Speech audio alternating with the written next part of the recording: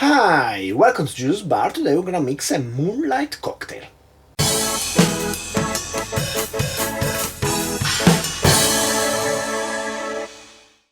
So the Moonlight cocktail we are gonna mix today is the one based on the classic Harry Craddock recipe.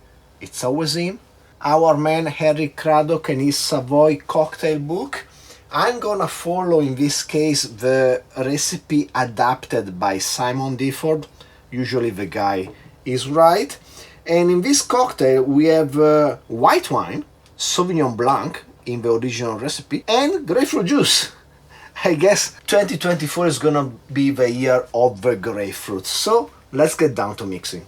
Just give me 1 second to squeeze some grapefruit juice.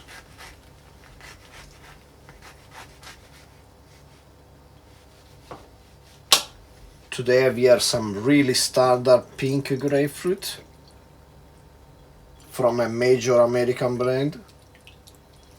So really nothing special or weird. Let's start with 37.5 milliliters of pink grapefruit juice. We go on with 30 milliliters of white wine. As I said, the original recipe was Sauvignon Blanc. I have here a Catarratto from Sicily. This is an original grape from Sicily, and together with Grillo and Inzollia they make this trio of white wines which I find always dry, not too fruity, a bit on the citrus side, but just great. It's almost like the grape itself guarantees that the wine is gonna be good.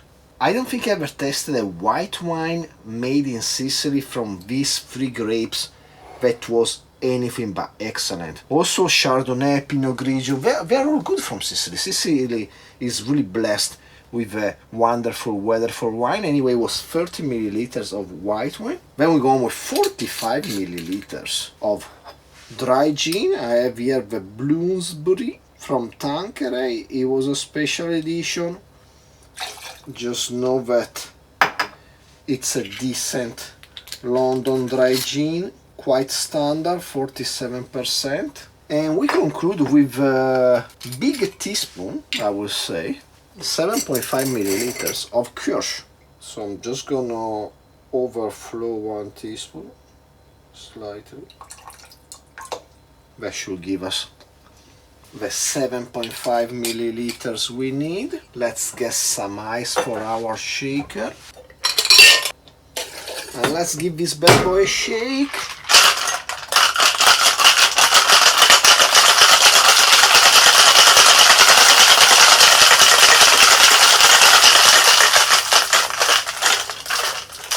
Let's fine strain in our chilled coupe. And let's finish by expressing some lemon peel. I found this beautiful giant lemon from Japan and, well, smells great.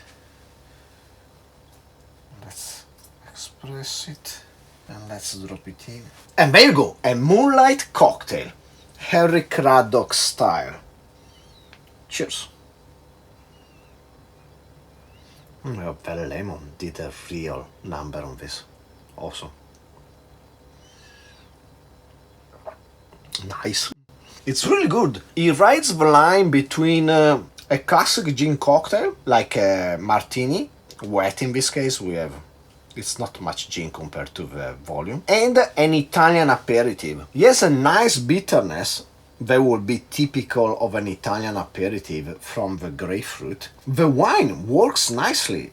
It's a bit of a shame we have so few cocktails nowadays that require white wine. After all, we have so many alternatives like dry vermouth and sherry and sparkling white wine, so it makes sense that we use it a bit less in the cocktail nowadays, but in this context it works perfectly. And the touch of Kirsch gives an added fruitiness to the whole thing that fits nicely over the background provided by the grapefruit and the gin. This is a good cocktail. It's dry, but not too dry.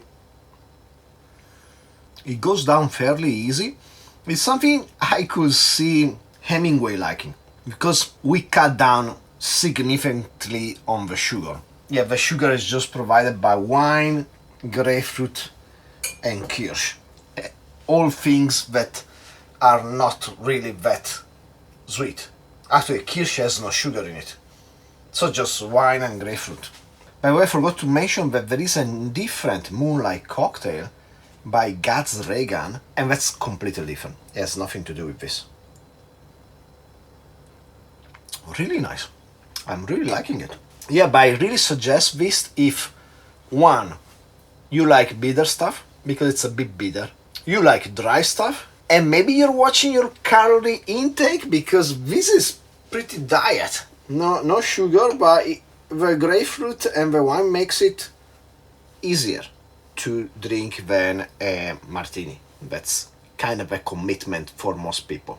If you like a Campari spritz, you might like this one too. So if you enjoyed the video, please like, subscribe, comment down below, share with anybody you like and don't like. Shake yourself another one of our mini grapefruit cocktail I proposed you this spring, and hopefully I will see you next time. Cheers!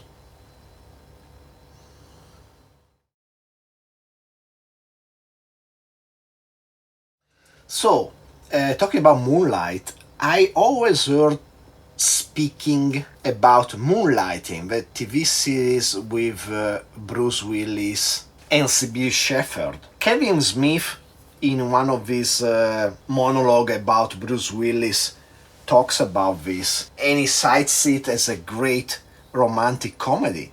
And I never seen it. It seems like it's been translated in Italy, but I don't know, maybe it didn't quite work.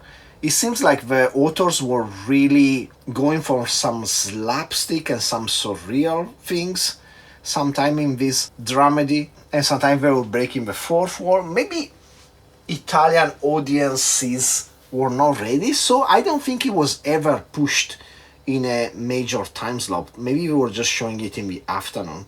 Anyway, I went and searched best clips on YouTube, and God, Bruce Willis is killing it. He's the perfect sleazy, lovable guy, and he's so funny. And he must have been really something at that time he came out. It was his platform. When apparently during shooting, I think Sybil Shepherd got pregnant, so they had to take one of the many breaks they took in production, which apparently was really difficult and expensive of this show. And because they took a break, he went to shoot Die Hard. Die Hard, of course, one of the best movies of all time. Amazing. Maybe I should talk about it another time. I should make a Die Hard cocktail. I bet there is already a Die Hard cocktail. Hope it's good, because the movie is freaking amazing. Masterpiece of everything. Screenwriting, action shooting, suspense, everything. And a Christmas movie to boot. By the way, staying on the Bruce Willis topic, you should know that Japanese people are really bad finding similarities between famous Western actors or celebrities and common people. And they are so bad that for many years they kept telling me that I look like Bruce Willis. And I guess the reasoning behind that is like, oh, he's bald, he has blue eyes, Bruce Willis. But that happens a lot. For example, if you have a specific style of glasses, they're just gonna tell you look, I don't know, like John Lennon or Harry Potter, something like that. Even if the rest of your appearance is nothing like those actors or characters. And that's a warning for you. If you're not Asian and you come visit in Japan, you make some friends, they're gonna find the weirdest association between you and some famous people. You most likely you're not gonna look like. But that's the way they do it here in Japan. So, you've been warned.